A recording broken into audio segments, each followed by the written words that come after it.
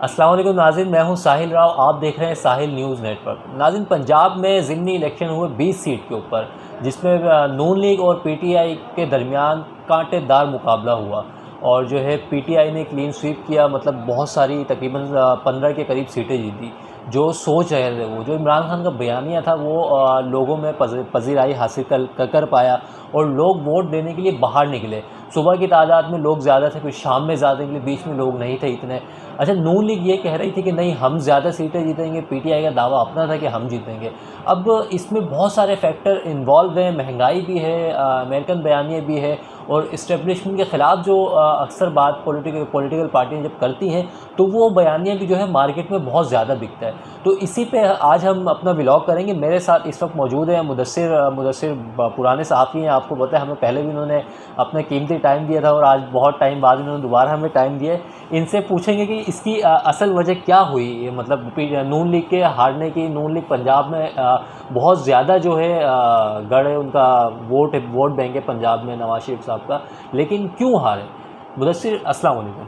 वालेकुम अस्सलाम। मुदस्सिर, मेरा पहला सवाल ही आपसे ये है कि इमरान खान की जीत का जो क्रेडिट है वो जाता है नून लीग के सर, तो नून लीग के हारने की वजह क्या बनी? मतलब पहले तो बहुत बहुत शुक्रिया साहिल आपका कि आपने एक बार फिर मुझे मौका दिया कि मैं आपके व्लॉग में आ सकूं। It's an honour. आपका शुक्रिया, आपने हमें टाइम दिया। It's an honour for me. अच्छा, पहले तो ये बात है कि पीटीआई की जीत की वजह क्या बनी। पीटीआई की जीत की वजह वही मोमेंटम है जो पीटीआई के गवर्नमेंट के गिरने के बाद से खान साहब ने तख्लीक दिया कि अमेरिका की ग़ुलामी नामंजूर वाला। वो जो एक रिदम बना है ना, रिदम, वो रिदम बड़ा इंपॉर्टेंट होता है। मतलब खान साहब खुद भी क्रिकेटर है, और अगर आप पाकिस्तान टीम की परफॉर्मेंस देखें बड़े टूर्नामेंट्स में, तो पाकिस्तान टीम जब रिदम में आती है ना, फिर वो एक के बाद एक मैच एक हर बड़े से बड़े हरीफ को हरा देती है। बिल्कुल ऐसा ही है। तो ये रिदम बना है ना पीटीआई का, और ये रिदम जो पहला मैच आप कह लें, इस रिदम के बाद जो ज़मीनी इलेक्शन थे जो पीटीआई ने जीता है, तो मेरे ख्याल से अब पीटीआई रुकने वाली नहीं है। जैसे पाकिस्तान टीम जब एक बार रिदम बन जाए रुकती नहीं है, तो ये पीटीआई का रिदम वो नज़र आ रहा बनता हुआ। और अगर आप जीत के क्रेडिट की बात करें कि पीटीआई कैसे जीत गई, तो वाकई बहुत अनएक्सपेक्टेड था। कोई भी मेरे ख्याल से पीटीआई खुद भी एक्सपेक्ट नहीं करेगी कि इतने बड़े मार्जिन से जीतेगी और इतनी ज़्यादा से जीतेगी। पब्लिक सपोर्ट वाकई बहुत ज़्यादा है। और इस इलेक्शन में एक और ख़ास बात कि ये जो ज़मीनी इलेक्शन थे, इसको आप कह सकते हैं कि पाकिस्तान की हिस्ट्री में पहली बार न्यूट्रल इलेक्शंस हुए हैं। न्यूट्रल्स ने न्यूट्रल इलेक्शन होने दिए। यही तो मैं सवाल ये यही करना चाह रहा था। जो बाजवा साहब और उन्होंने कहा था कि हमारा कोई पॉलिटिक्स से ताल्लुक़ नहीं है। ISPR ने भी इसको 2-3 दफ़ा बयान दिया कि भाई सियासी लोग अपना काम करते रहे, हमें उससे कोई लेना देना नहीं है, हम सियासत में कोई मज़ीद किरदार अदा नहीं करेंगे। तो ये इस इलेक्शन में वाकई लोगों ने देखा कि मतलब कोई इन्वॉल्वमेंट नहीं हुई, कहीं कोई सिस्टम डाउन नहीं हुआ, रिज़ल्ट भी टाइम पे आया, कहीं किसी ने शिकायत भी नहीं की। तो इस पे तो इमरान खान साहब भी बहुत खुश होंगे। नहीं, थोड़ी बहुत धांधली की शिकायत है कुछ पोलिंग स्टेशन। देखें, जब भी इतने बड़े पैमाने पे इलेक्शंस होते हैं तो कुछ पोलिंग स्टेशन धांधलियाँ होती हैं जहाँ मौका जिसको लग जाए, मगर वो छोटी मोटी धांधलियाँ ना नताइज पे इतना असरअंदाज नहीं हो सकती। एक पोलिंग स्टेशन आप धांधली करेंगे, 3 में करेंगे, 5 में करेंगे, तो इतनी बड़े नताइज पे असरअंदाज तभी बदलते हैं जब कोई तीसरी क़ुव्वत इन्वॉल्व होती है। ऐसा तो नहीं कि न्यूट्रल से जो है फासला कम हो गया इमरान खान साहब का? न्यूट्रल से फासला कम, फासले मेरे ख्याल से इतने बड़े ही नहीं थे। एक ग्रुप तो चलें एक साथ कह सकते हैं ना, कुछ लोग तो साथ हैं खान साहब के, कुछ साथ हैं कुछ नहीं हैं। तो लोगों से आप शख्सियात का कह सकते हैं, कुछ शख्सियात से कुर्बत बढ़ गई है। अरे बहुत मज़े की एक बात है कि आज से 3 महीने पहले जब इमरान खान की गवर्नमेंट पे हम जाएं, तो उस वक्त देखें क्या कंडीशन थी। लोग मतलब बहुत सारी गालियां भी बक रहे थे, लोग बुरा कह रहे थे। लेकिन ये एक तरीके से मुझे ऐसा लगता है ये उनके सब जो कोई नेकी काम आई है इमरान खान साहब की, कि 3 महीने बाद एकदम काया ऐसी पलटी के कौन सोच सकता था कि मतलब नवाज शरीफ साहब ने 8 से 10 इलेक्शन लड़े जब उनकी गवर्नमेंट थी। इमरान खान साहब की बाई इलेक्शन जितने भी हुए उसमें ज़्यादा सीटें भी वही जीते। तो मतलब आप देखें ना कि वो गवर्नमेंट में आ गए, 11 पार्टियों की सपोर्ट है, सारी चीज़ें साथ हैं, उसके बाद इलेक्शन हार गए। यही इसी को सियासत कहते हैं। जो लोग ये कहते थे ना कि खान साहब को सियासत नहीं आती, हाँ आज उन्हें नींद नहीं आ रही होगी। आज उन्हें नींद नहीं आ रही होगी। तो ये वही खान साहब बहुत मंझे सियासतदान उभर के सामने आए। और इस पूरे सिनेरियो में जो दो लोग मुझे सियासत करते नजर आते हैं, मैं नून लीग और पीटीआई को, मैं खान साहब एक तरफ और एक तरफ जरदारी साहब को देख रहा हूँ।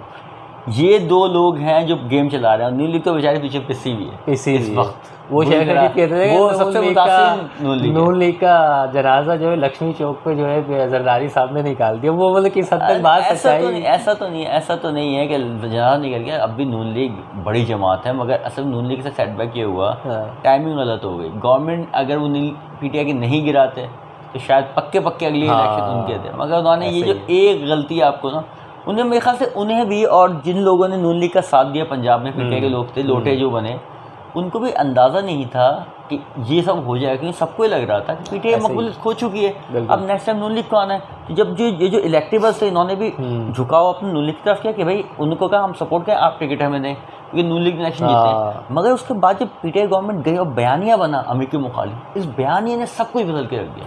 एक मोमेंटम बन गया, मोमेंटम बना है। देखिए ना, लोटे छोड़ के जा रहे थे, किस लिए जा रहे थे कि यार इनकी मकबूलियत खत्म हो गई, हम नून लीग से टिकट लेंगे और दोबारा जीत कर आएंगे। तो आज वो लोग अपने फैसले पे बहुत पछता रहे होंगे। यकीनन वक्त बदल दिया, हालात बदल दिए, वो वाली बात हुई है।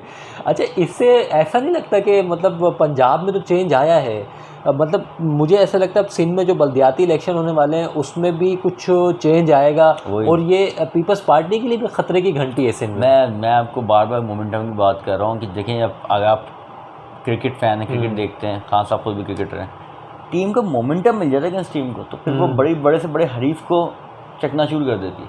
तो पीटीआई को वो मोमेंटम नज़र आ रहा है इस वक्त। तो इस वक्त बल्दियाती इलेक्शन हो, इस वक्त आप आम इंतखाब करवा दें, पीटीआई क्लीन स्वीप कर देगी। तो मोमेंटम है ना पीटीआई का, मोमेंटम विनिंग मोमेंटम है, विनिंग। वो कह रहे थे ना वाकई कि मतलब जब इमरान खान 25 मार्च को जो अपना वो लेकर आए थे, मार्च लेकर आए थे केपीके से, और उसमें जो लोग अक्सर जो लोग ये कह रहे थे कि लोग नहीं निकले, लोग बाहर नहीं आए, तो उसमें उनका मौक़िफ़ ये था पीटीआई वालों कि भाई इतनी इन्होंने रुकावटें लगाई हुई थी, लोगों को पकड़ लेते, दकड़ लेते, और ये वो सारी चीज़ें। अब देखें ना, मतलब ये इलेक्शन हुआ, इसमें वाकई लोगों ने साबित किया है कि वो खान साहब के साथ हैं। ये कह रहे हैं कि उस वक्त लोग नहीं निकले, तो लोग अब निकल आए। मतलब कितने बड़े टर्न आउट देखें आप, कितने बड़े मार्जिन से सबको शिकस्त दी। मतलब टर्न आउट चेक करें, 10,000 बाई इलेक्शन में कौन वोट डाल निकलता, बाई इलेक्शन लोग निकलते ही नहीं। इतना ज़्यादा टर्न हुआ, तो मतलब कोई तो चीज़ है ना, पब्लिक को हिट किया किस चीज़ ने। मतलब जो बयानिया बहुत मकबूल है सब पीटीआई का, और अब पीटीआई को उस बयानिया से मोमेंटम मिल गया। अब ये मोमेंटम और बयानिया मिल के जो मतलब इस वक्त पीटीआई को रोकना, मैं कहूँ पीटीआई कहीं भी आपका अनबीटेबल है। ऐसे ही है। अब ऐसा मुझे ऐसा लगता है कि इनको या तो अगर इस बयानियों को हल्का करना है या कम करना है, तो इलेक्शन अपने वक्त पर हो, 1 साल बाद हो।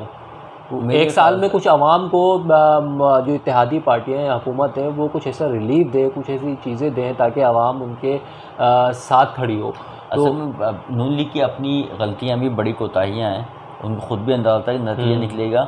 देखिए एक तो कुछ बयानिया मकबूलियत हासिल किया पीटीआई, कुछ नून लीग की अपनी गवर्नमेंट गलतियाँ, जिस तरह इन्होंने आते एकदम महंगाई की मुश्किल फैसले लेने पड़े, तो पब्लिक में तो इनकी वैल्यू बिल्कुल ही ख़त्म हो गई। 150 से आप एकदम 250 लोग इन चीज़ों को नहीं मानते ना कि भाई आप जो है पाकिस्तान को बचा रहे हैं, ये क्या कर रहे हैं। वो तो बेकार की बात है। आम आदमी को चाहिए भाई रोटी कपड़ा मकान, सिंपल से आता है, 2 वक्त की रोटी मिले, घर सर पे छत हो और ओढ़ने को कपड़ा हो, बस ऐसे ही। अब बेसिक कमोडिटी आम आदमी को चाहिए। अगर आप उनको नहीं दे सकते, कोई गवर्नमेंट वो पॉपुलर नहीं रह सकती। ऐसे ही अब देखे ना, खान साहब भी आए थे तो वो भी बहुत सारे उनके वो विजन थे कि हमने ये करना है, लेकिन बात वही है कि वो भी नहीं कर पाए वो चीज़ें, तो इसलिए वो भी मकबूल नहीं रहे। अपने आखिरी टाइम पे खुद कह रहे हैं कि मैं गवर्नमेंट लेने के हक में नहीं था। तो फिर कौन लोग थे भाई जो कह रहे थे? न्यूट्रल तो नहीं थे इसमें, बीच में न्यूट्रल ने क्या होता किरदार अदा किया हुआ इसमें,